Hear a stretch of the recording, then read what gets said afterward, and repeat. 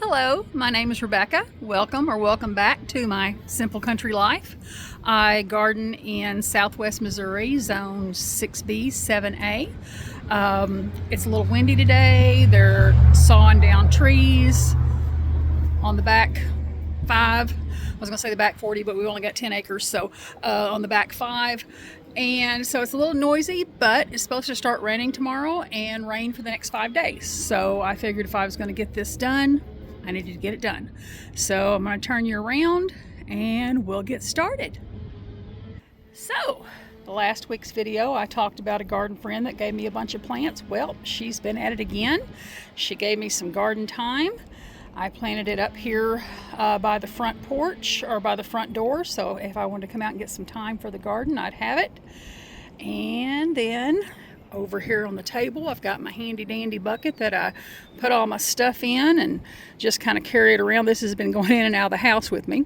I've got these 2 Miracle on the Hudson roses, bare root, that have been in my bathroom. And I thought, well, I need to get them potted up before they bloom. They're not ready to put them in the ground yet because we don't have our soil and compost delivered. But I thought I'd at least get them potted up. And so then we'll turn y'all around here and try not to go too fast.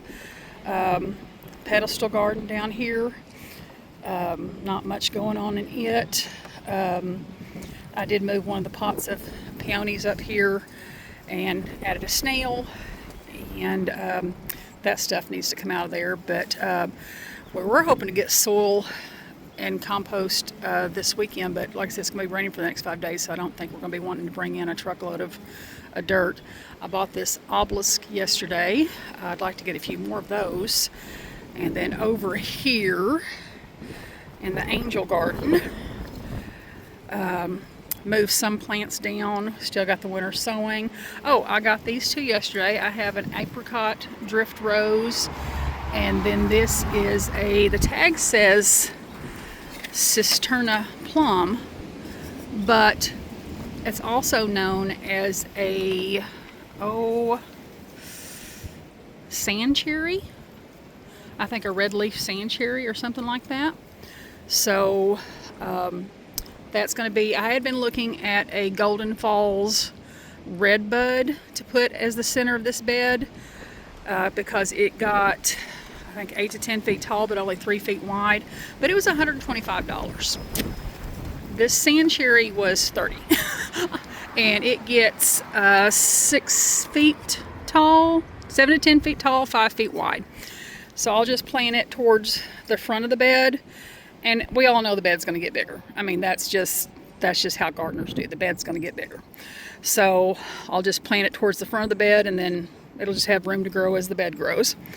And so my veggies down here, and added this little, oh, hey birdie, this little house here and a little snail beside it. We've got our bird feeder over there, and I can see out the kitchen window and see all the birds getting the sunflowers and stuff out of it. And so I'm hoping all the sunflower seeds that fall to the ground, maybe some sunflowers will grow back over there underneath it. But over here, have all my pots out for the veggie container garden, and we put down a whole bunch of mulch to try to level out this area, because I mean, you can see how much that slopes down. And so we put a whole bunch of mulch to kind of level out this area to set the pots on. So I've got to be getting those going pretty soon, but again, need to get some soil and compost mix to put in the pots as well as the flower beds.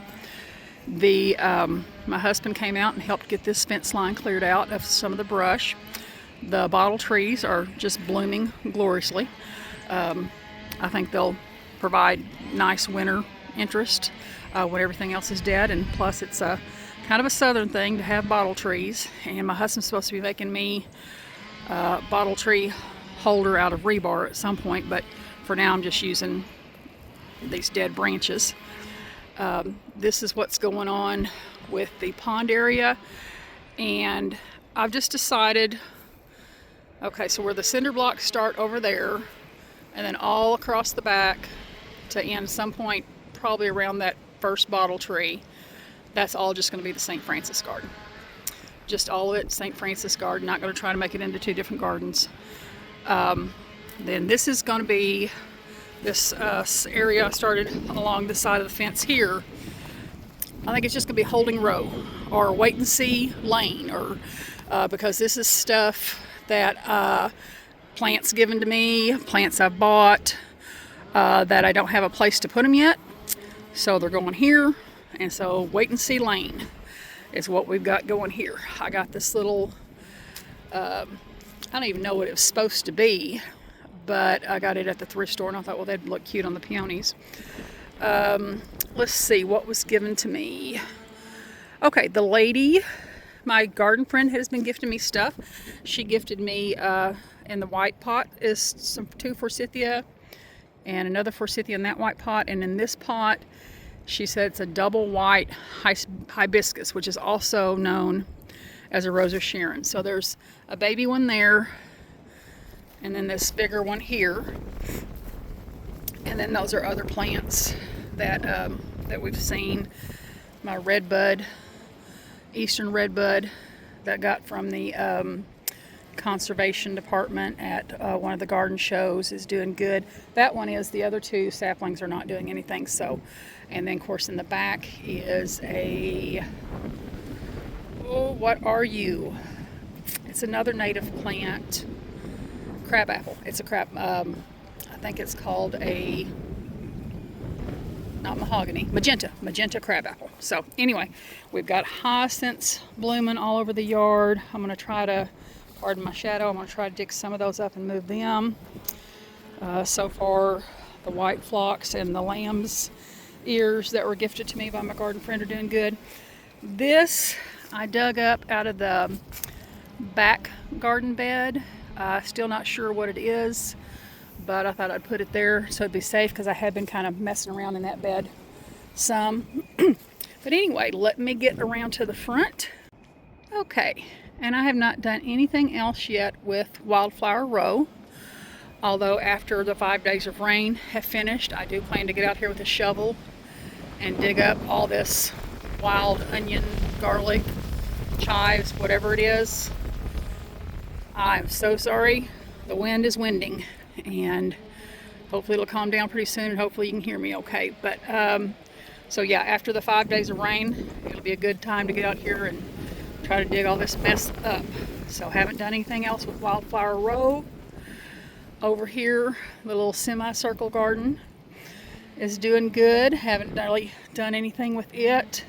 Just letting everything do its thing. And then over here, the, oh, I never can think of their names, but the pansies and the viola. Anyway, y'all know what they are. The little spring flowers are doing good. They're filling in nicely. The catmint is filling in nicely. My creeping phlox is blooming. I gave it a little trim, and I'll show you in a minute what I did with the trimmings. But yeah, I gave it a little haircut on the front and the back. These are doing really cute. Can't really see, they're kind of in the shadow right now. And these are still greening up and perking up and looking a little nicer every day. We have these beautiful hyacinths that came up by the fence row. The chicken coop used to be here, and the chickens, and so I don't think I've ever noticed them in years past, because I'm pretty sure the chickens took care of them, and so they never got a chance to really bloom. So those are going to get dug up and moved to one of my flower beds. And then all that tree cutting noise in the back is getting us some really nice mulch. A gentleman stopped by. Like I said, we have about 5 acres of wood. Stopped by, wanted to know if we wanted to sell some trees. And my husband talked to him. They decided, so he's cutting some trees for lumber and sell, and we'll get some money out of it, and I'm getting some nice mulch out of it. Win-win. These beauties I just noticed yesterday. Definitely want to dig these up and move them to one of the flower beds. I think these over here are irises. We'll want to relocate some of them too. But I love these white and yellow ones. This daffodil patch, which was at the beginning of my video last week, is on its last legs. They're winding down, and again I want to dig some of these up and move them, spread them around the flower beds, but still leave some back here because they look so pretty every spring blooming against the well house. Over here, the backyard garden bed, the trimmings that I took off of the creeping phlox, instead of just throwing away, I threw it in this bed, kind of smushed it down, put a little dirt on top of it. Maybe some of it will root, hopefully. If it does, then it'll take off like gangbusters. My garden friend, in addition to the forsythia and the Rosa Sharon and the thyme, she also gave me some lily of the valley bulbs, and she said they need to be planted in shade. Well, we don't have a lot of shade. This is probably the shadiest area we have. It gets morning sun, but not as much afternoon sun. So hopefully they'll be okay here, and if they do well, then they can be divided, because I think eventually the St. Francis garden will have some shade from the trees and bushes that I plant in there. So anyway, here's hoping that some of this creeping phlox takes off. I thought that was a better use of at least trying to get it to root than rather than just trashing it. But that concludes first week of April garden tour, and I hope everybody's having a wonderful spring. Thank you for stopping by. Please like, comment, subscribe, and y'all come back.